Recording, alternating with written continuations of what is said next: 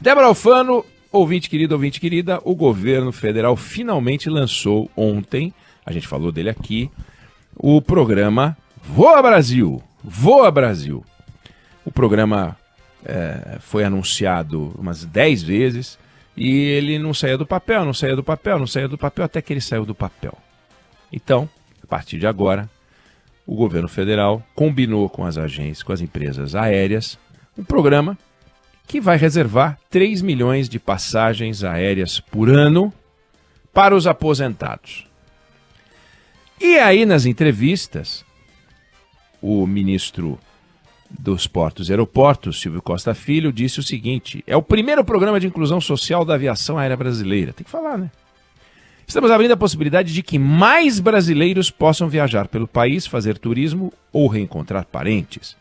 A inclusão gera emprego e renda, gera desenvolvimento econômico.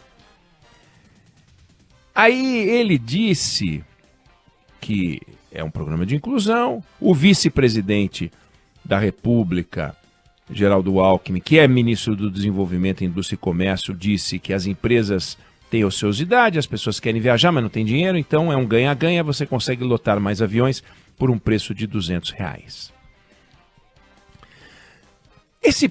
Esse programa, ele nos permite discutir um pouco sobre gratuidades, sobre subsídios, sobre programas de inclusão social. Mas antes a gente tem que entender esse programa. Esse programa não é o que o governo está dizendo. Não é verdade que vai gerar emprego e renda. Não é verdade que eles estão fazendo um programa de inclusão social do jeito que eles descrevem. Isso não é verdade. Então, veja, o governo não bota dinheiro, isso o próprio governo admite. Mas as empresas aéreas já oferecem 3 milhões de passagens aéreas a um preço de R$200. Não tabelado, mas a este preço. Se você for hoje nos sistemas das empresas aéreas, você vai encontrar passagens, não para viajar amanhã nem semana que vem. Se você procurar, você vai encontrar passagem de R$200, de R$300. Vai encontrar. Quanto? 3 milhões de passagens. Ué, mas 3 milhões de passagens eu não encontro nunca? Claro. O Brasil, a gente tem 120 milhões de pessoas, de passageiros ano, ou seja, de passagens vendidas, de ticket, 120 milhões. E dessas passagens, 3 milhões são vendidas a um preço baixo. Por que as empresas são boazinhas? Não. Porque as empresas reservam um valor que é um algoritmo que administra e que lá na frente, se você comprar para janeiro, se você comprar para fora da alta estação, você vai achar. E são poucas passagem, 3 em 120, não dá 3%. 3% seria 3 em 100. Isso já existe. O que o governo fez ao lançar o Voa Brasil? Ele fez com que as empresas redirecionem estas mesmas passagens para o grupo de aposentados. Então significa que os não aposentados, que hoje viajam por um preço muito baixo, não encontrarão mais passagens no volume que encontram hoje, que já é pequeno, porque os aposentados é que vão encontrar. A reserva vai ter que ser feita por um site específico, depois a conclusão da operação se dá pelo site das empresas aéreas. Mas a pessoa tem que estar aposentada para poder voar. Então, se hoje um jovem de baixa renda ou um casal consegue comprar 2 passagens para R$200, R$300 para algum lugar do Brasil em outubro, não vai achar mais, como achava antes. Porque o algoritmo vai reservar essas passagens para os aposentados, que vão ter um prazo, porque o avião não vai voar vazio. Então, se não aparecer nenhum aposentado, depois de um certo momento, fica liberado aquele voo, volto a dizer, por um sistema controlado, algoritmo, para outras pessoas poderem comprar. Então, não é verdade que gera emprego e renda, não é verdade que aumenta o tráfego aéreo, não muda nada no tráfego aéreo nacional, absolutamente nada. Um número maior de pessoas vai disputar o mesmo tanto de passagens que já se voa hoje no Brasil. Quer dizer, as empresas aéreas, elas não oferecem esse tanto de passagem porque elas são malvadas. Elas oferecem esse tanto de passagens, 120 milhões, porque é o número de pessoas que voam no Brasil. Não é que tem 120 milhões de brasileiros voando. Tem gente que voa todo mês, tem gente que voa 3 vezes por ano, tem gente que voa a cada 3 anos, tem gente que nunca voou. Na média são 120 milhões de passagens por ano. Se o Brasil tivesse uma renda maior, seriam 150, 200 milhões de passagens, 300 milhões de passagens. A gente teria mais aeronave, a gente teria mais movimento aéreo. Obviamente, esse seria o sonho das companhias, não só o sonho das companhias, mas é o mercado de turismo que sairia ganhando. Então, seria bárbaro se o ministro dos Portos e Aeroportos estivesse anunciando novos aeroportos, por exemplo, resultado do aumento de renda do país. Mas aqui, no Brasil, a gente não discute aumento de renda, porque simplesmente a gente não consegue fazer aumento de renda. Todo aumento de renda que tem no Brasil se dá pelo aumento de transferência orçamentária, por exemplo, no Bolsa Família. É um grande motivo por aumento de renda, porque o Bolsa Família aumentou muito de valor. Mas os aposentados do Brasil ganham tão mal, tão pouco, que quando aparece um benefício desse, fica aparecendo, e o governo fez questão de fazer parecer, que ele estava favorecendo, estimulando a aviação. Não é. Ele está dizendo, olha, vocês aposentados que hoje podem usar as passagens a R$200, mas não usam as passagens a R$200, terão prioridade para usar as passagens a R$200. Então, a realidade do aposentado não é que sobra dinheiro para ele sair viajando, não. Vai ter aposentado viajando, como já tem aposentado viajando. A diferença é que ele vai ter mais tempo para fazer a reserva, mas ele não vai ter mais renda para fazer a reserva. E a passagem que ele ocupar, alguém deixará de ocupar. Então, por isso que eu disse que é uma oportunidade para a gente discutir as estruturas de apoio, de subsídios, de estímulo, de incentivo que existem no Brasil.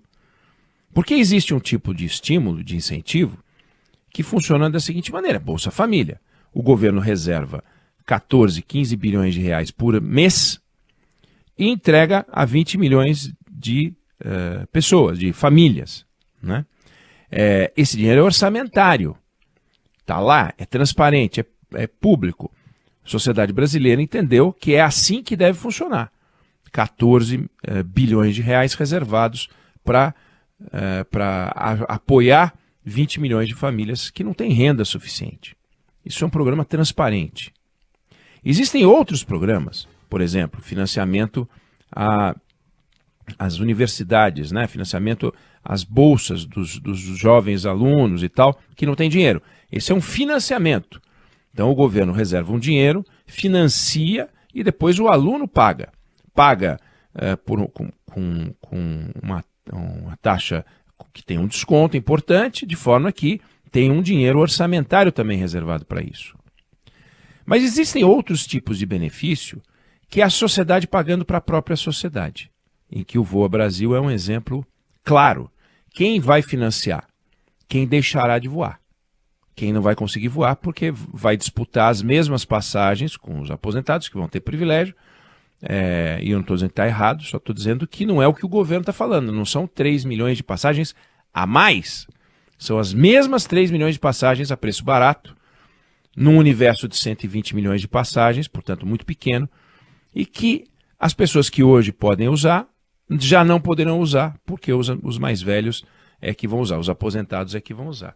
Nessa categoria estão gratuidades. Por exemplo, todo mundo que tem mais de 65 anos pode viajar, pode andar de ônibus, transporte urbano, transporte intermunicipal, e também o transporte interestadual tem regras para gratuidade.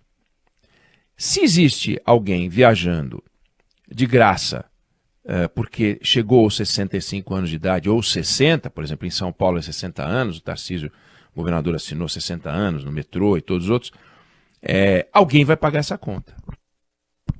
Alguém vai pagar essa conta, que é quem não chegou nessa faixa etária. Pergunto, é justo, digamos, por exemplo, que o Jorge Paulo Lemann, um dos homens mais ricos do Brasil, vem ao Brasil para depor no caso das lojas americanas ele é um dos sócios das lojas americanas, que deu um rolo, e ele resolva fazer isso de ônibus. Ele pode ir de graça, andar de graça de ônibus, para ir até o juiz, dar explicações, ir na reunião com os advogados dele, dar explicações, etc., receber orientações, tudo de graça se ele for de ônibus. Ou seja, é justo que as pessoas, porque atingiram 65 anos ou 60 anos, andem de graça, ou seria justo que andasse de graça as pessoas que chegam aos 60 ou 65 anos e não têm condições de pagar? O que é mais justo?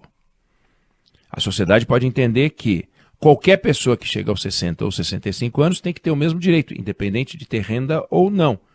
Ou pode entender que os benefícios, quando são feitos de forma indiscriminada, ou seja, todo mundo, alguém está pagando essa conta e essa conta fica mais cara para a sociedade. Por que que o conjunto da sociedade tem que pagar para o Jorge Paulo Lemann andar de ônibus de graça? Por que que o conjunto da sociedade não deveria pagar só para que as pessoas que têm a idade dele, sem renda, andem de graça? Por que que todo estudante tem direito à meia entrada no cinema, no teatro, no show, independente da renda? Por quê? Tá certo isso?